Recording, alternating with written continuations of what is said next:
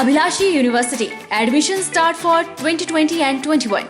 BAMS, D Pharmacy Ayurveda, BSc Honors Agriculture, Diploma in Agriculture, MSc Agriculture, D Pharmacy, B Pharmacy, M Pharmacy, BTech Computer Science and Engineering, PGDCA, MBA, MTech Civil Engineering, Mechanical Engineering, Computer Science and Engineering, 2-year Veterinary Pharmacist Training Course.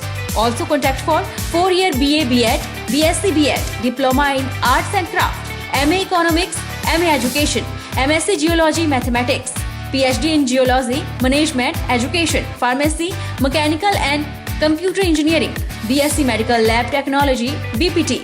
Contact for admission. Abhilashi University, Chalchawk, District Mandi, Himachal Pradesh.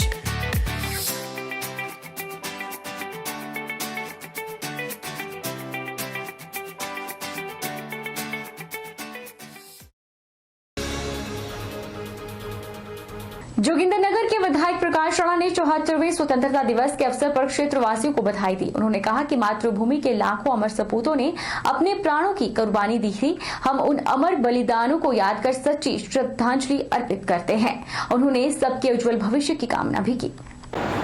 आज जो है पूरे भारतवर्ष में जो 74वां स्वतंत्रता दिवस जो है बहुत ही हर्ष के साथ मनाया जा रहा है। मैं अपने पूरे देशवासियों को और देशवासियों को इस स्वतंत्रता दिवस की बहुत बहुत बधाई देता हूँ और ईश्वर से ही प्रार्थना करता हूँ कि जो एक कोरोना का दौर जो चल रहा है पूरी दुनिया में तकरीबन, इससे जल्दी छुटकारा मिले और सबके लिए मैं उनके उज्जवल भविष्य की कामना करता हूँ। नालागढ़ के सलेवाल गांव से 2 नाबालिग युवतियां संदिग्ध परिस्थितियों में लापता हो गई हैं। काफी देर ढूंढने के बाद जब परिजनों को उनका कोई पता नहीं चला तो उन्होंने शुक्रवार देर रात थाना नालागढ़ में जाकर इसकी सूचना दी। परिजनों ने एक प्रवासी युवक पर भी उनकी बेटियों को अगवा कर ले जाने की बात कही है। वहीं पुलिस ने धारा 363 के तहत मामला दर्ज कर छानबीन शुरू कर दी है। थाना नालागढ़ के गांव सलेवाल में किराए के मकान में रह रहे यूपी निवासी मजदूर शुक्रवार शाम को जब ड्यूटी के बाद अपने कमरे पहुंचे तो उनकी एक 12 वर्षीय और दूसरे प्रवासी मजदूर की 15 वर्षीय बेटियां कमरे से लापता पाई गई। परिजनों ने आसपास के लोगों से अपनी बच्चियों के बारे में पूछा तो उन्हें यह पता चला कि दोपहर 3 बजे तक दोनों लड़कियां कमरे के आसपास ही मौजूद थी। पर काफी देर ढूंढने के बाद जब परिजनों को उनका कोई पता नहीं चला तो उन्होंने शुक्रवार देर रात थाना नालागढ़ में जाकर इसकी सूचना दी। परिजनों ने एक प्रवासी युवक पर भी उनकी बेटियों को अगवा कर ले जाने की बात बताई जा रही है। वहीं नालागढ़ पुलिस ने मामले की गंभीरता को देखते हुए परिजनों के बयान के आधार पर मामला दर्ज कर छानबीन शुरू कर दी है। मामले की जानकारी देते हुए डीएसपी बद्दी नवदीप सिंह ने बताया कि थाना नालागढ़ में 2 नाबालिग लड़कियों के लापता होने का मामला सामने आया है, जिस पर परिजनों के बयान के आधार पर धारा 363 के तहत मामला दर्ज कर छानबीन की जा रही है। वो लड़की ना पता नहीं, मैं चली गई ड्यूटी 6 बजे, आई मैं 4 बजे 3 बजे मतलब, अब 3 बजे पता नहीं कहाँ गई सर। रामपाल उसका नाम है, कोमल मेरे मकान मालिक का नाम है। नहीं गई सर, किसी के रूम पे नहीं जाती हूँ। शिकायत अभी कल की है 8 बजे यहाँ। मैं चाहती हूँ कि मेरे पास आ जाए मेरी लड़की, उसको ढूंढ ढूंढ के ना मेरे पास ले आओ। कल 12 बजे सो गए। हाँ शक है, उस सल्लेवाल में वो रामपाल है ना, वो काम करते थे राना के दुकान पे, वो उसी पे शक है मेरा। कितने बार वो धमकी दिया था मेरी लड़की को और रास्ते में स्कूल से वो नंबर मेरे छीन के ले लिया है और जबरदस्ती फोन करता था वो बार-बार धमकी देता था। एफआईआर रजिस्टर हुई है पुलिस स्टेशन नालागढ़ में, एफआईआर नंबर 250/20।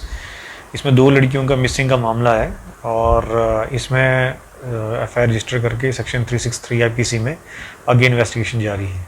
ये मामला तो पुलिस नालागढ़ का है, लेकिन दोनों ही लड़कियां जो हैं ये प्रवासी परिवारों से। रामपुर में स्वतंत्रता दिवस धूमधाम से मनाया गया। सत्र न्यायालय परिसर में जिला और सत्र न्यायाधीश पदम सिंह ठाकुर ने ध्वजारोहण किया। इस दौरान अतिरिक्त जिला एवं सत्र न्यायाधीश अनुजा सूद भी मौजूद रही। उधर दूसरी ओर सीनियर सेकेंडरी स्कूल रामपुर में एसडीएम रामपुर सुरेंद्र मोहन ने झंडा फहराया। उन्होंने कोरोना के इस दौर में कोरोना वॉरियर के रूप में काम कर रहे तमाम लोगों को इस मुश्किल घड़ी में निस्वार्थ सेवा के लिए आभार व्यक्त किया। रामपुर के विभिन्न स्थानों पर स्वतंत्रता दिवस धूमधाम से मनाया गया। जिला एवं सत्र न्यायाधीश ने रामपुर के न्यायालय परिसर में ध्वजारोहण किया। वहीं रक्तदान सेवा परिसर की ओर से रामपुर में रक्तदान शिविर का भी आयोजन किया गया, जिसमें लोगों ने बढ़ चढ़ कर हिस्सा लिया।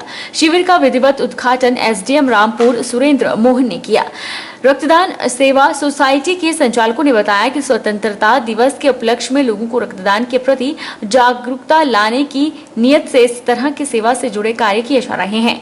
उन्होंने बताया कि रक्तदान शिविर में जिन युवाओं ने पहली बार रक्तदान किया वे काफी उत्साहित हैं, खासकर जिनका आज जन्मदिन भी है। ऐसे युवा रक्तदान के माध्यम से आजादी के दिन के महत्व को बढ़ा रहे हैं। प्रकृति के साथ सामंजस्य रखते हुए एक दूसरे के साथ हाथ से हाथ मिलाकर ही हम किसी भी बड़ी चुनौती का सामना कर सकते हैं। दूसरी बड़ी जो चुनौती हमने और सीख भी हमने ली है वो है वैज्ञानिक दृष्टिकोण अपनाने की। आज मेरा बर्थडे है और इंडिपेंडेंस डे भी है और मैंने फर्स्ट टाइम ब्लड डोनेट भी किया है।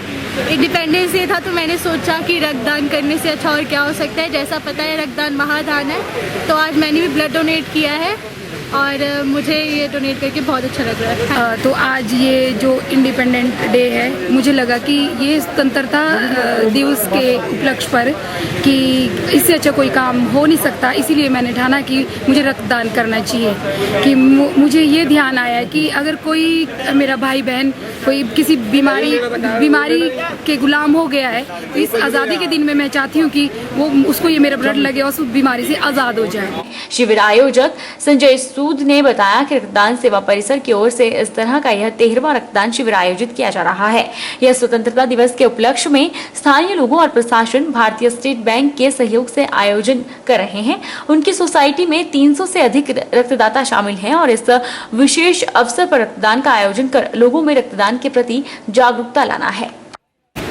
ये 13वां रक्तदान शिविर आयोजित किया जा रहा है और ये रक्तदान शिविर विशेषकर स्वतंत्रता दिवस के उपलक्ष्य में मनाया जा रहा है। इसमें हमें स्थानीय प्रशासन, आम जनता पूरा सहयोग, उनका सबका पूरा सहयोग मिलता रहता है। इस बार भी हमारा यही लक्ष्य है कि स्वतंत्रता दिवस के अवसर पर हम ज़्यादा से ज़्यादा रक्तदान करके लोगों की सेवा कर सकें। स्वतंत्रता दिवस के अवसर पर मनाली में MTV चैलेंज साइकिलिंग प्रतियोगिता का आयोजन किया गया, जिसमें 50 प्रतिभागी विभिन्न श्रेणियों में सोशल डिस्टेंसिंग का ध्यान रखते हुए भाग लिया। SDM मनाली ने रामबाग चौक से प्रतिभागियों को हरी झंडी देकर रवाना किया। Himalayan extreme sports association Manali के महासचिव प्रवीण सूद ने बताया कि प्रतियोगिता का मकसद जहां साइकिलिंग के प्रति सभी को प्रेरित करना है, वहीं इस आयोजन के माध्यम से clean Manali, green Manali, fit India का संदेश भी दिया जाएगा।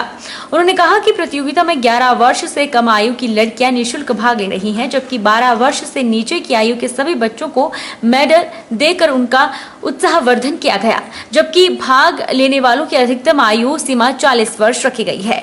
कोविड-19 महामारी के कारण सावधानी को ध्यान में रखते हुए प्रतिभागियों की संख्या को 50 तक सीमित किया गया है। 2 से 8 किलोमीटर दूरी की विभिन्न प्रतिस्पर्धाओं का शुभारंभ मनाली के माल रोड से मुख्य अतिथि द्वारा किया गया। इन प्रतिस्पर्धाओं का आयोजन Himachal Pradesh winter games association और ट्रक इंडिया के सहयोग से किया जा रहा है। उन्होंने कहा कि एडवेंचर स्पोर्ट्स को सुरक्षित बनाने के मकसद से प्रतिभागियों को 9 लाख रुपए तक के बीमे का लाभ मिलेगा। इस संदर्भ में ASC को इंश्योरेंस पार्टनर बनाया गया है। इसका मेन मोटो जो हमने रखा है, एक तो पहले तो जो इंडिपेंडेंस डे सेलिब्रेशन करना था, कुछ कर रहे हैं इसमें। दूसरा हमें एक संदेश दे रहे हैं कि फिट इंडिया फिट मनाली, और साथ में जो ये कोरोना महामारी करके सोशल डिस्टेंसिंग के नॉर्म उनको बढ़ाने के लिए इसमें मैसेज दिया जा रहा है, क्योंकि साइकिलिंग एक ऐसा एक्टिविटी है जो कि ऑलरेडी सोशल डिस्टेंसिंग नॉर्म से प्रेरित है। बहरहाल बुलेटिन में इतना ही। आप देखते रहिए HP 24x7।